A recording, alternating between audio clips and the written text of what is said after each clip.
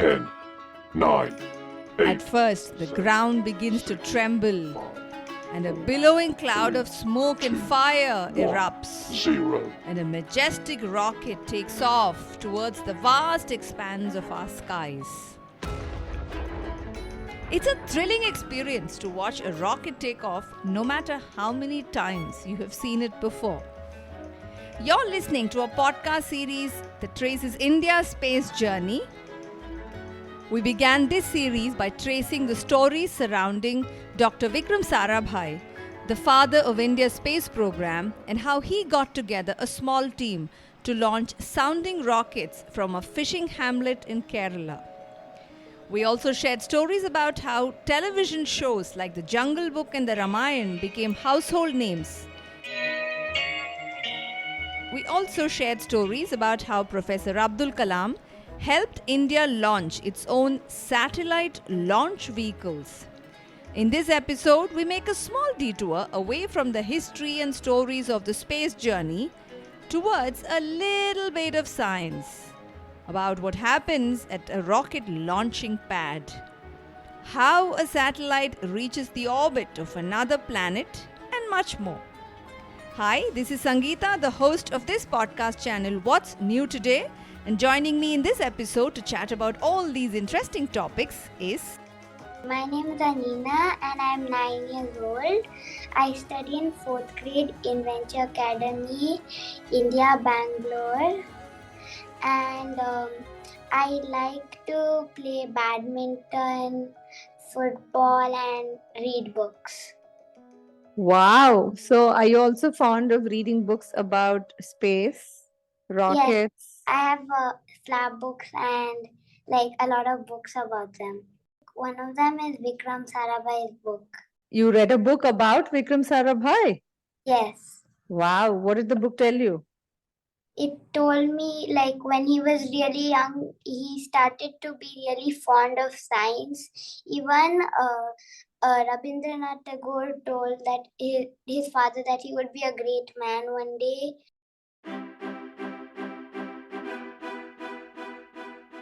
And he was married to Mrinalini Sarabhai, who's a really nice classical dancer. And the first rocket from India, he had helped in his progress, and he also went to Tumba, and he made, because Tumba is in the magnetic equator, he had made a place where other countries could maybe launch their rockets. That's what I find most interesting. Ooh, wow. Did you know this word called magnetic equator before? No, I just knew equator, but when I learned magnetic equator, it was interesting. Okay. So where did you first come across the word magnetic equator? In a podcast I had heard, in one of the podcasts where they had talked about the whole Tumba, and in a church, which was the right place to launch the rocket. Oh, so you heard the first episode of this podcast series. Yes. Yeah. Wow. When you were hearing the story in the first episode, did you think when I was telling the story about how Dr. Sarabhai went to the church, the priest or the bishop in the church and requested him for the space to give that space for launch, did you think the bishop was going to say yes? I didn't think, because it's a church and many people come to pray. I didn't think so, but did you also find it surprising that all the fishermen also had to give? Yes, in a fishing village especially. It was really interesting. In a fishing village, and all the fishermen also agreed. Oh. One person or some people would not agree, but it was really interesting how everybody agreed. Hannah, I agree. In fact, as far as I understand, in all of India's space programs, this is the one and only time when they were able to get space without any hassle, where everybody agreed. Yes, I like that actually, the Tumba part the most. You liked it? Wonderful. So tell me, I know you're a 4th grader and you're likely to be fascinated by the idea of rockets. What do you find most interesting about rockets? Rockets, they easily just shoot up, and they kind of go for hours, days, and sometimes even years. I find that really fascinating. Did you see the Chandrayaan 3 launch? Yes, I saw it. Everyone was crowded, and then it suddenly just launched, and there was a blast, and it was going higher and higher. 3, 2, 1, 0. Whenever you've seen any of these rocket launches, what are the things you see immediately after liftoff? That a lot of flames are coming, and that it's just going higher and higher, and like until we can't see it, and it doesn't stop at all. Have That's you why- ever seen anybody on the launch pad very close to the rocket where it launches? I haven't seen by any chance. I Do haven't. you think any person is likely to be standing near the rocket No, at the because launch pad? if the rocket blasts off, there'll be a lot of smoke and like flames all around when it launches. So it's not likely to anybody stand there. Yeah. Suppose I were to tell you that at the time of a rocket launch, people need a lot of water. Do you think I'm serious or I'm joking? I don't know why. What do you think? Do you need water for a rocket launch? No, you need fire for a lot. Correct. I don't know if you need a lot of fire, but you do see smoke coming out Yes. after the rocket launch, right? Yes. Yeah. But if I tell you that outside the rocket, there's a lot of water that the launch facilities people always provide. And I'm not talking about the ocean that is nearby. I'm saying that people pour a lot of water near the rocket. Do you think I'm serious or joking? I think you're serious. Maybe they pour a lot of water around the rocket because maybe if the rocket it blasts off and a lot of fire spreads out, so it shouldn't burn the land maybe because there's a huge water body. If the fire it just goes a bit too far, it can just extinguish in the water maybe. Absolutely right. In fact, they use so many gallons of water at the time of a launch. It's enough water to feed an entire town for a full week. They use it in 30 seconds. They pour so much water so that the fire should not travel upwards and the rocket should not burn. Yeah. And of course, like you rightly said, even the ground beneath that launch, the rocket, right? On the launch pad, that ground also should not burn. So, to protect these, and for a third reason, rocket launches are really loud. Yes, it's Really loud. and also a human can stand too close, they can't hear anything maybe. They will definitely go deaf if you're anywhere close to a launch pad. I mean, even if you stand there for 30 seconds, you will go deaf Yes. near a launch pad. There will be towns and villages some distance away, right? To prevent the sound waves from traveling too far off. In fact, the sound waves should not even travel upwards into the rocket. Even the rocket has some equipments which are very sensitive to the sound waves. So to protect the rocket from the fire, to protect the rocket from the sound that is generated, to protect the ground from the fire and the sound, for all of this, what any rocket launch facility will have is a huge amount of water. Yes, like I've also seen movies about like where the rocket launching, like Mission Mangal. I've seen those movies. They have like a huge stretch of water all around it. Oh, you've seen it? Nice. It's called a flame trench. Yes.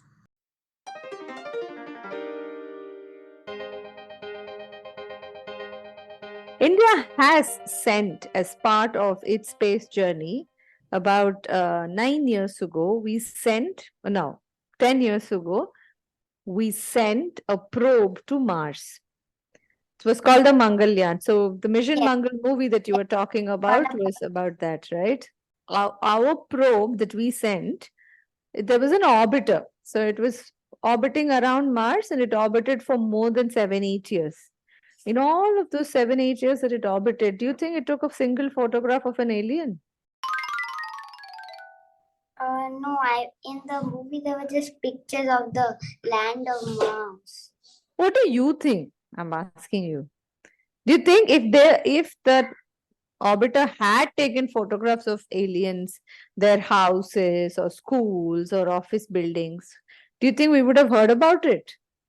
Yes, we would have, because all the photos orbiter took, it all got sent to the place where the scientists were working. It Hmm. all got sent, all the pictures, Hmm. and we all saw whatever, but I don't think there were any aliens in that.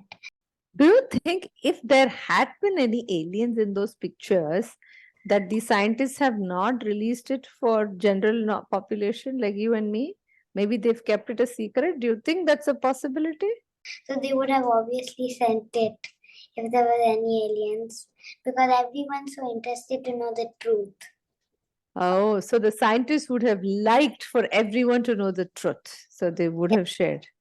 Yes, You believe they're all noble. yes, I think they're noble.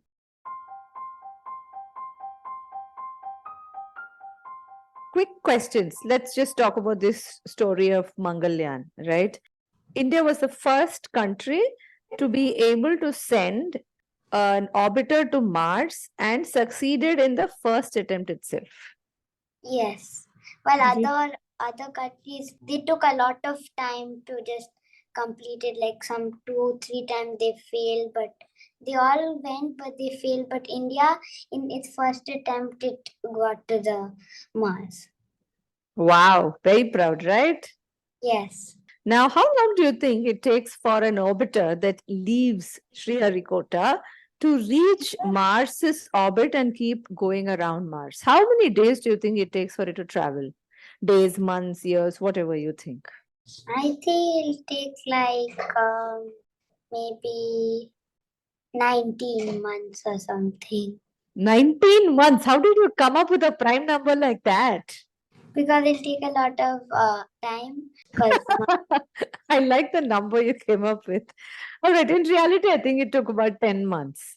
So you're not really that off. It was not a prime number. It's like a nice round number, like 10 months. yeah.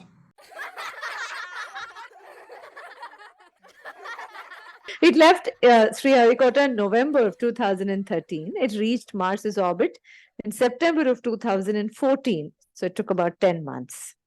Yeah. And then it orbited Mars because we've lost communication with the Mars orbiter right now. Yes. Do you know why we lose communication? Maybe because we've left it in space a bit too long. So that's why That's we oh, you'll feel very sad at some point in time and say, I won't talk to you. yeah. No, I think it just ran out of fuel. You know, something like a Chandrayaan 3, when it leaves Sriharikota's launch pad, it reaches the Earth's orbit.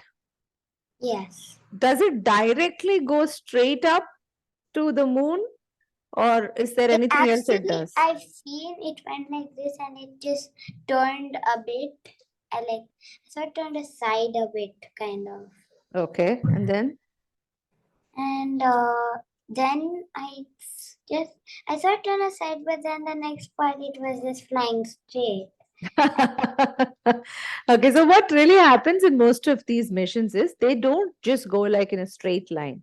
So once the rocket reaches the Earth's orbit, it will circle the Earth a few times, and then the scientists from the ground will use a sequence of maneuvers. So they'll push it a little bit up and a little bit up, Yeah, and so it's finally like if Earth's here, they just take one small circle, another small circle. They keep on going till like they have a big circle, and then they can finally just move they'll on. build the momentum, and then they will shoot out of the Earth's Like orbit. a lot of energy they can go. Yeah, that's right. And then the space scientists from the ground will gently guide it towards the planet. So if Chandrayaan 3 is supposed to go towards the moon, the orbiter should not fly off towards Venus or Mars, right? It should only go towards the moon Yes. or the great asteroid belt. We don't want it to go in some wrong direction and hit itself, right? So yeah.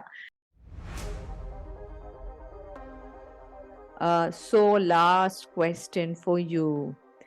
Someday, if you could be the space scientist controlling Chandrayaan 3 or a rover or a lander from the ground, what all would you like your rover or lander to capture photographs of on the moon? I would like it to capture photographs of the surface.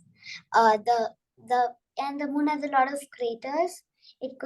I could study some of the craters and just the surface and like the dark side. There's one dark side too. It could also just click some pictures of it. I have an interesting question. If two people were standing on the moon, let's say two astronauts, and they wanted to play table tennis or let's say football, and they were to kick the ball, we know that the gravity on the moon is a little lesser, right? Yes. Do you think if they kick the ball could potentially fly into space and fall on Earth? No, it can't. Hmm. Because it's not even that weak.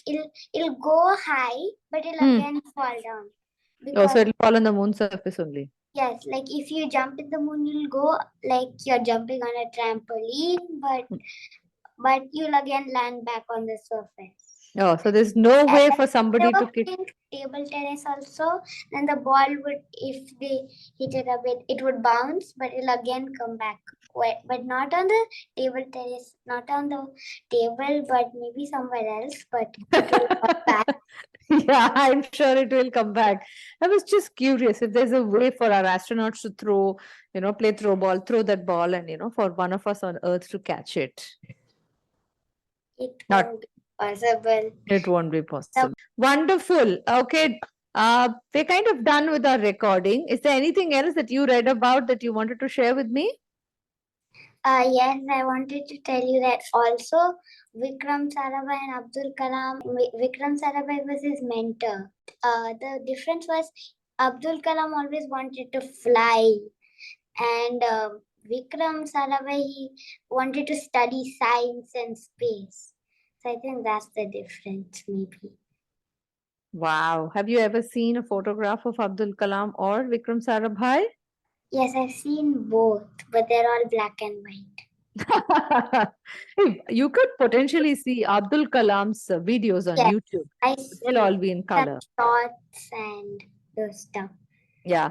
Incidentally, you can even find some of Vikram Sarabhai's videos on YouTube, but like you said, they're all in black and white. But it's not just photographs. You can actually see his interviews. You can see him speaking also. Yes, I've heard him in some of the shots. Like maybe they added color, but I've seen him with color in some of them. You have? Okay. I don't remember if I saw any with color, but now that you say, I'll go back and look up the videos on YouTube if there are any of Dr. Sarabhai in color. When I saw there was a black and white video of Vikram Sarabhai, he himself was there when a rocket was launching. I saw one of those videos and like it launched really smoothly off the ground, and like again there was a water body around it. Where do you And- think this would have been? Tumba. Yeah, very likely Tumba, because the Sriharikota facility had not yet been developed when Yes. Dr. Sarabhai was still around. Yeah. Wow. You've seen a lot of videos. You've done a lot of reading. Very, very interesting, Anina. Do Yes. you have any questions for me? No. None? Okay. Did you enjoy this chat? Yes, I did. Now I know like why are there water bodies surrounding a place, a launch pad where a rocket's launching. You know what? I will send But you I a was video. always confused why this rocket is launching all the time in a water body. Near a water body. Okay, wonderful. I had a lot of fun chatting with you, Anina. It was really, really nice to see that you've read so many books about these people. Did you know that India's Chandrayaan mission woke up a sleeping giant? The race to the moon with the United States, Russia, and China. Do you know who gave it the name Chandrayaan? You'll find answers to these two interesting questions in the next episode. Sources for the concept and stories in this episode are from the National Geographic and the Encyclopedia Britannica. If you'd also like to read about all the stories we've covered in the entire podcast series so far, we've written a comprehensive blog that's a quick and easy read. You can find link to the blog in the show notes below.